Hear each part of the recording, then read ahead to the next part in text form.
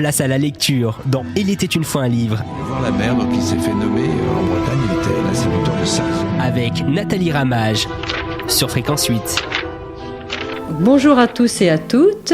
Cette semaine, Il était une fois un livre reçoit Jean-Marc Collet, éditeur, que j'ai déjà eu le plaisir et que les auditeurs ont déjà entendu en tant qu'auteur. Donc cette semaine, il a pris sa casquette d'éditeur pour venir nous parler de son métier et de quelques-uns de présenter quelques-uns de ses livres publiés. Bonjour Jean-Marc. Bonjour. Donc le premier livre qu'on a choisi un petit peu, ou vous avez choisi de nous présenter, c'est un livre qui est de la collection Surfiction. Et ce terme m'a interpellée parce que je ne l'avais jamais entendu, surtout en nom de collection. Donc est-ce que vous pouvez nous expliquer ce que vous y mettez dans cette collection de Surfiction? Alors Nathalie, le premier texte de la collection Surfiction s'intitule Épîtres interdites de Jean-Baptiste Engler. Et à la lecture de ce manuscrit, il était évident que ce n'était pas de la science-fiction, c'était pas tout à fait uniquement du fantastique, c'était pas de l'héroïque fantasy, et il fallait trouver une collection dans laquelle on puisse insérer différents types de récits de cet ordre, qui sortaient des collections autres que nous avions, qui sont la fiction, dans lesquelles on fait du polar, du policier, de l'historique et de la littérature contemporaine. Donc il fallait trouver quelque chose de nouveau. Et puis, donc ça ne pouvait pas être SF parce que c'était un peu réducteur, ça ne pouvait pas être fantastique parce que finalement on s'interdisait. Donc, en réfléchissant un petit peu, et en l'occurrence avec mon ami et graphiste Stéphane Amann, on a cherché, puis à un moment donné, j'ai sorti sur le ton de la blague, Surfiction, ça serait au-dessus de la collection fiction, puisque c'est un peu plus éthéré comme récit. Et puis en fait, en y réfléchissant, c'est une excellente idée, on va partir là-dessus. C'est aussi un peu un clin d'œil au surréalisme, enfin, toutes ces petites choses. Voilà. Donc, j'ai oublié de dire que vous étiez éditeur de Vibration Édition. Ah oui, on n'a pas dit le nom de la maison d'édition, mais vos auditeurs nous connaissent déjà. Donc, Vibration Édition, installée à Strasbourg. Voilà, chez Vibration. Donc, la collection Surfiction est vraiment propre à Vibration Édition. Oui. Mais j'espère être copié. J'espère que ce sera une bonne idée et qu'on nous la chapardera. Alors, voilà, la collection Surfiction est apparue au 1er janvier de cette année. Et on a déjà un second manuscrit qui était à l'étude, en préparation pour l'année prochaine.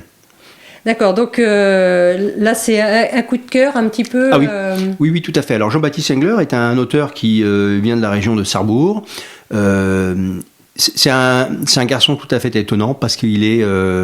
c'est un créateur. C'est un créateur. Jeune, en plus. Alors il est jeune, il a je crois 29 ans ou 28 ans. Et... il est musicien, compositeur, il est peintre.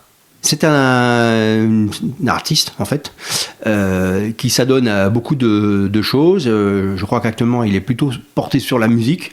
Alors, il continue d'écrire, bien sûr, puisqu'il nous a aussi proposé quelque chose d'autre qu'on a déjà retenu pour 2022. Mais aussi un garçon tout à fait étonnant. Et alors, il est particulièrement...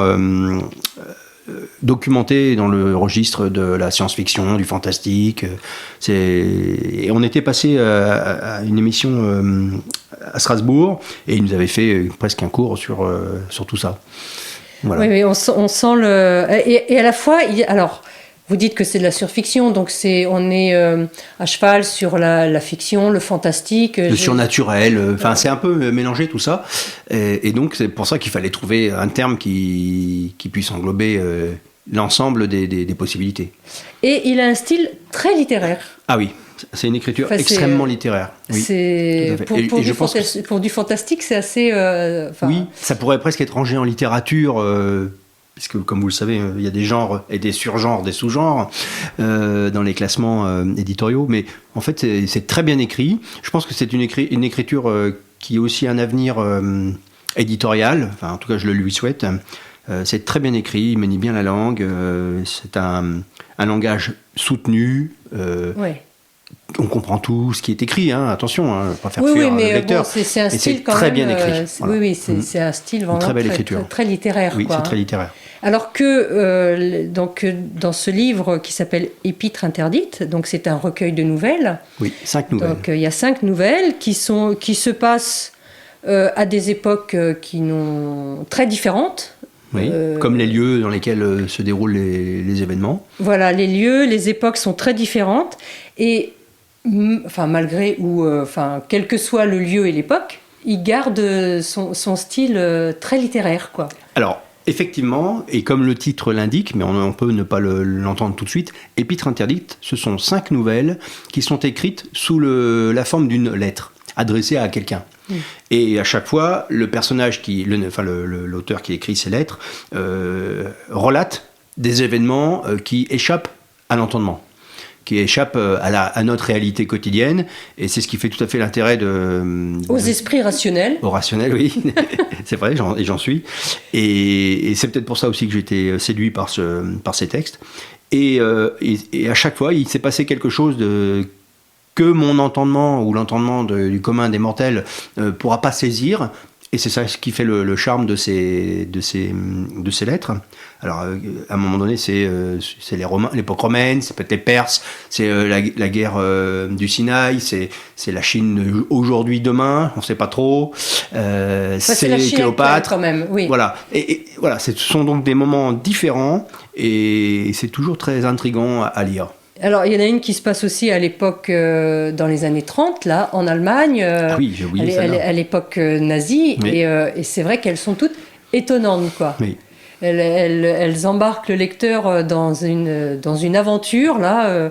Et quand on dit que ça échappe à l'entendement, voir celui qui écrit la lettre et qui a été témoin de ces événements, il précise toujours en début de nouvelle qu'on l'a même qualifié de fou, quoi, à un moment donné. Oui. Donc ça prouve bien que là, on est vraiment sur des événements très étonnants. Oui, l'idée de Jean-Baptiste, je pense, c'est d'essayer de bousculer nos perceptions, nos idées reçues, et pour essayer de montrer qu'il y a peut-être autre chose, autrement, ailleurs, peut-être des univers parallèles, je ne sais trop.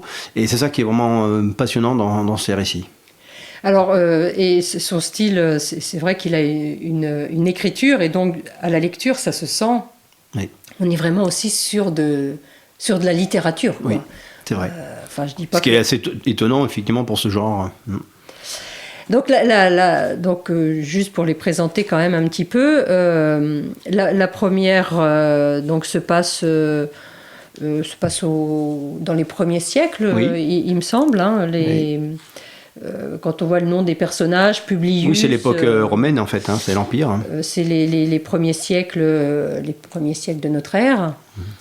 La deuxième, donc, c'est celle de l'homme des 4000 lunes. Donc déjà, on a un petit peu une idée de... Là, ça se passe... Donc c'est celle-ci qui se passe à l'époque des nazis. Oui. Donc c'est en Polynésie, sur une île mystérieuse du Pacifique, et il s'y déroule des événements tout à fait étranges, et la rationalité du régime nazi est mise à mal, donc il faut essayer de trouver l'origine de tous ces maux qui se développent, et voilà. Et bon, ils ont quand même affaire à des gens qui paraissent très très très très vieux, donc comment est-ce qu'on peut survivre voilà. aussi vieux, quoi. Ça fait un peu le grand secret de Barjavel, là. On découvre que c'est l'immortalité. Là, elle prend quand même des signes. Virage. Bah oui, il y a les nazis quand même. Donc, il y a Le cœur d'Arsinoé. Ah oui, j'aime beaucoup cette nouvelle. Donc, c'est la sœur de Cléopâtre, il me semble. Donc, on est en Égypte. Alors, là, j'ai pas du tout l'accent arabe. Donc, il y en a un, c'est Al-Jabal Al-Makloub. Voilà, et donc ça se déroule dans le désert. Dans les années 73 en Égypte. Voilà, c'est pendant les conflits que l'on connaît trop. Et puis, il se produit des phénomènes étranges, miraculeux, surnaturels. Et le pilote... Oui, parce que là, on a affaire à un pilote de l'armée égyptienne. C'est ça. qui peut être victime d'hallucinations. On ne sait Au moment pas. où il y avait trop de chaleur, trop de soleil. Oui. Et alors qu'il a déjà... ce qui est intéressant dans le procédé qu'il a utilisé, c'est effectivement cette forme de lettre. Parce Le témoignage, en fait. Oui, on a... Donc je suis le témoin d'un événement que vous n'allez pas accepter comme réel. Et que peut-être vous n'allez jamais vivre, donc vous allez être obligé de me croire sur parole, quoi. Et il s'adresse là en l'occurrence, il s'adresse à un supérieur, et bon, tout de suite, il prévient qu'il a peut-être déjà été qualifié de fou, quoi. Et la dernière qui s'appelle la geôle onirique, et là qui se passe donc dans une Chine dans une Chine actuelle, ouais, une Chine je ne sais actuelle. pas si c'est actuel, mais bon. Elle m'a surprise. Au lecteur de voir, oui. Elle m'a surprise celle-ci parce que au départ, donc c'est un policier, un jeune policier. On part sur du trafic d'organes, enfin. Oui. Et puis alors après, ça part en vrille complètement, quoi. Enfin, là, On échappe au registre réel et puis voilà, au réaliste, c'est ça. et on part dans un autre univers. Et c'est vrai que cet auteur a vraiment le chic pour nous, pour dérouter un petit peu le lecteur, quoi. Sauf celui qui est habitué à lire un petit peu de fantastique, parce que là c'est un peu du fantastique quand même. Oui. À cheval. Donc vous allez vous lancer dans une collection fantastique. Donc on a déjà le deuxième titre qui se prépare pour l'année prochaine, pour l'automne 2021. Ce sera une auteure qui s'appelle Coralie Akiyama et qui réside au Japon et qui nous a envoyé son texte, et on l'a fort apprécié avec Patricia, mon associée. Donc on est parti sur ce texte qui s'intitulera certainement Dévoré. D'accord. Féminin. ça laisse un petit peu augurer de l'ambiance. Pas forcément. Non. Voilà. Il y a une certaine distanciation entre le titre et le récit. Voilà. Et là, pour le coup, ce sera un récit. Donc là, en fait, c'est l'opportunité du manuscrit qui vous a donné l'idée de cette collection, ou bien c'est vous qui décidez à un moment donné d'étoffer un petit peu votre offre littéraire. Il faut étoffer l'offre, et puis le fait est que le texte de Jean-Baptiste Engler, Épître interdite, ne rentrait pas exactement dans ce qu'on faisait déjà, parce que c'est pas historique, c'est absolument pas réaliste, donc ça n'allait pas dans notre collection fiction de romans policiers où il faut des indices, etc. Dans le roman historique qui est souvent documenté précisément, ou dans la littérature contemporaine, où c'est surtout l'écriture qui joue. Là, c'est vraiment l'intérêt de l'intrigue des lettres. Donc, on s'est lancé sur cette nouvelle collection. Bon. Donc, c'est le manuscrit qui a fait la collection, là. Oui, le manuscrit a créé l'idée, en fait, de poursuivre après, alors soit avec le même auteur, soit avec d'autres, mais en l'occurrence, il y en aura d'autres. Et puis, de poursuivre sur cette lancée. Parce que j'avais lu... d'autres textes du même auteur, de Jean-Baptiste Engler, et je voyais bien que c'était à part de ce que l'on faisait, donc il fallait quand même cadrer. Donc là, vous avez créé une collection sur mesure, un petit peu. Voilà, sur fiction. Sur fiction. Cet auteur, ce n'est pas c'est son premier recueil de nouvelles ? Alors, c'est son premier texte publié. Premier texte publié, oui. Mais bon, il en a encore Alors, il a pas mal de choses écrites, oui. Et toutes plus délicieuses à découvrir. Et toujours dans ce style littéraire, quoi. Ah, c'est vraiment c'est sa force, patte, quoi. C'est sa patte. Le prochain récit, c'est pareil, ça sort de l'entendement. C'est pas sous forme épistolaire, mais c'est assez étrange en fait. C'est étrange et dérangeant aussi, parce que où est-ce qu'on va trouver des choses pareilles, comment il peut construire. Alors évidemment, il est féru de littérature, de science-fiction, surnaturelle. Il est passionné, mais il produit un univers vraiment intéressant, intriguant. Donc il y a de fortes chances pour qu'on le retrouve. Alors probablement donc j'ai dit en 2022, à l'automne 2022. Le titre, c'est Le chercheur de filles. Ou de fil, parce qu'on ne sait pas exactement... de fils ou de fil. Oui, le chercheur de... Alors moi, je pense que c'est le chercheur de fils, mais l'auteur ne le prononce pas comme moi. Le chercheur de fil. Bon, chacun de voir quel fil tirer. Fil au pluriel. Voilà, qu'est-ce qui se passe dans dans ce roman. C'est un roman qui se passe en Bretagne, figurez-vous. D'accord. Voilà, dans la rade brestoise. Alors que c'est un auteur de l'Est. Alors que c'est un auteur de l'Est, oui. Donc, je rappelle que vous n'êtes pas une maison d'édition, même si elle est basée à Strasbourg, absolument pas régionaliste. Ah, pas du tout, non, puisqu'on a déjà des auteurs en Bretagne. On a les Champs Massard que vous aviez invités. Oui, Jean-Louis Le Zacmer. Voilà, Jean-Louis Le Zacmer pour Les Voix des chamans, les Champs Massard pour 1000 et 10 000 pas, en 2 tomes, roman historique. Enfin, non. Donc on n'est pas du tout enfermé derrière la ligne bleue des Vosges. D'accord, donc là c'est juste l'opportunité du manuscrit. Oui, quoi. Bah, quand c'est bien, quand on croit au texte, il faut pas hésiter. Donc ça vous fait combien de collections là ? Alors, ça commence à devenir compliqué. Donc on a cette nouvelle collection parue en janvier 2020. Nous avons la collection fiction dans laquelle on a le roman historique, le roman policier et la littérature contemporaine.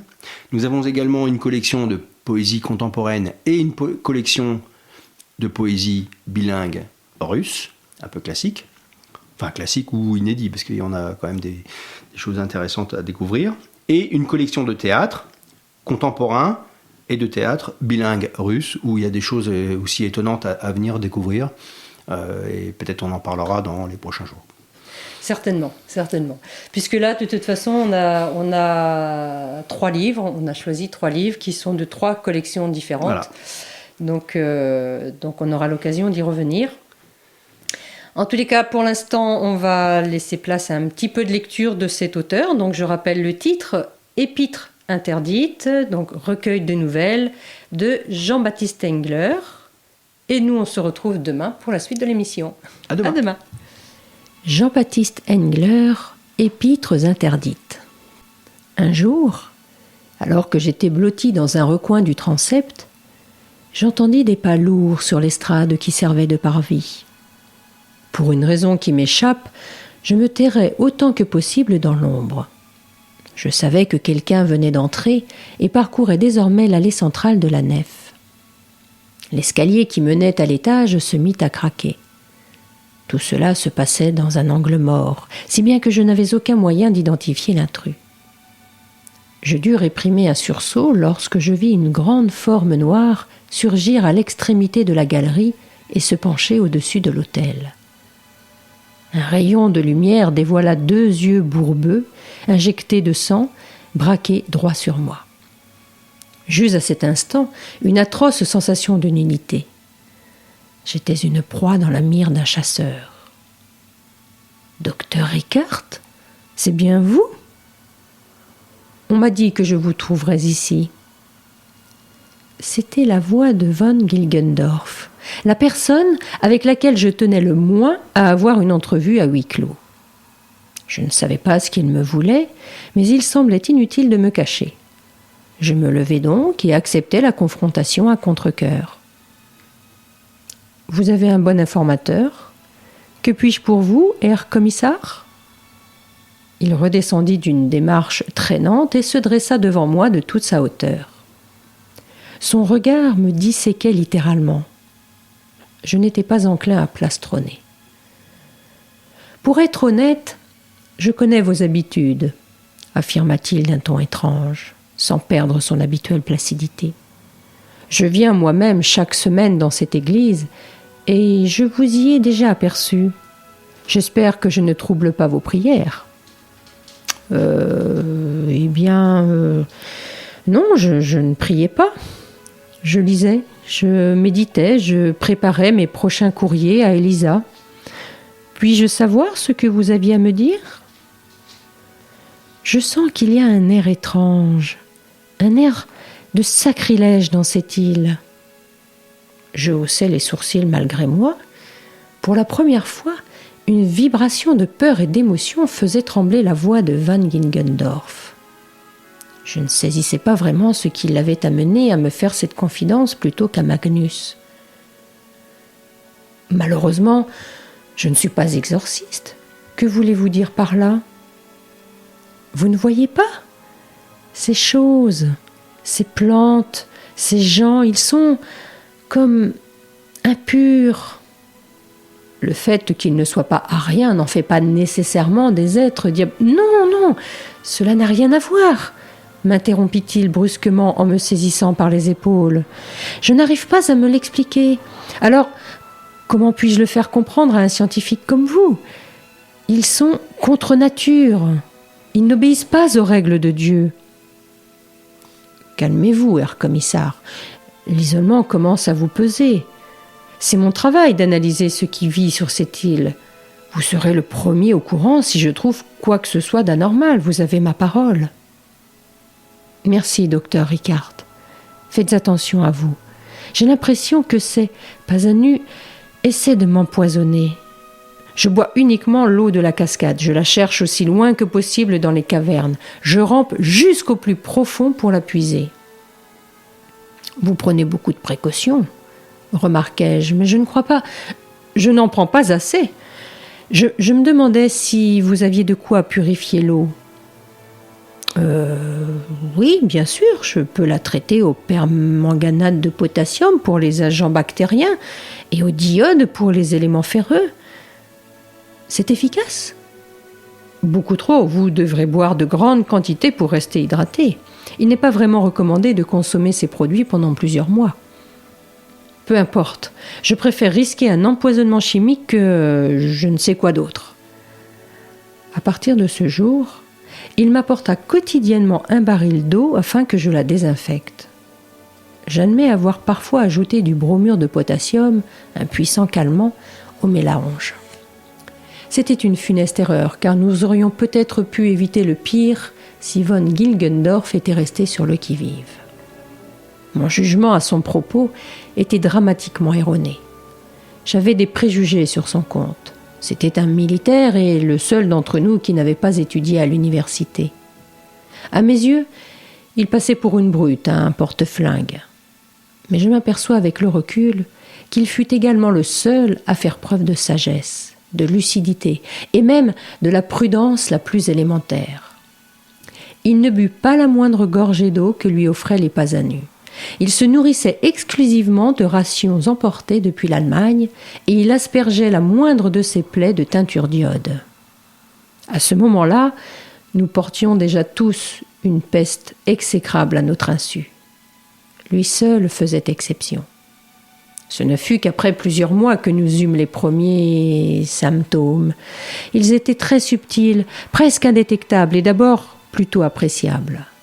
Nous avions en effet tous subi des infections de gravité diverses durant les premières semaines, parfois accompagnées de vomissements, voire de coma. Nous étions vaccinés contre la plupart des maladies qui sévissaient dans ces contrées. Aussi, fûmes-nous persuadés qu'il s'agissait simplement d'un processus d'adaptation à un environnement inconnu.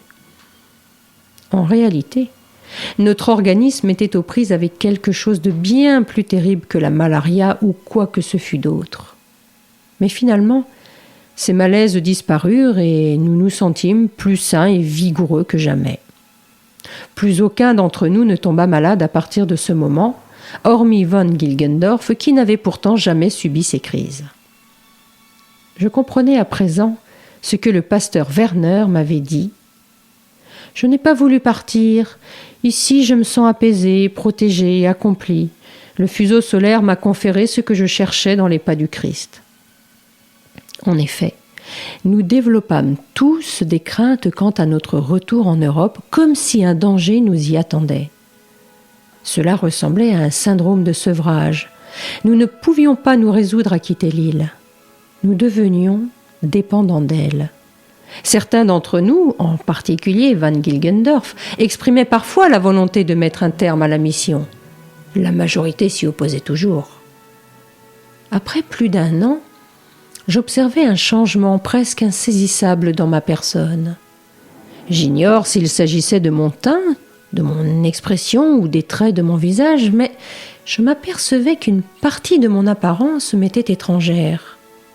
Une nuit, alors que je m'apprêtais à regagner ensommeiller ma propre tente, je crus qu'un homme me faisait face dans le laboratoire. Après avoir soubresauté de terreur, il me fallut plusieurs secondes pour comprendre qu'il s'agissait de mon propre reflet.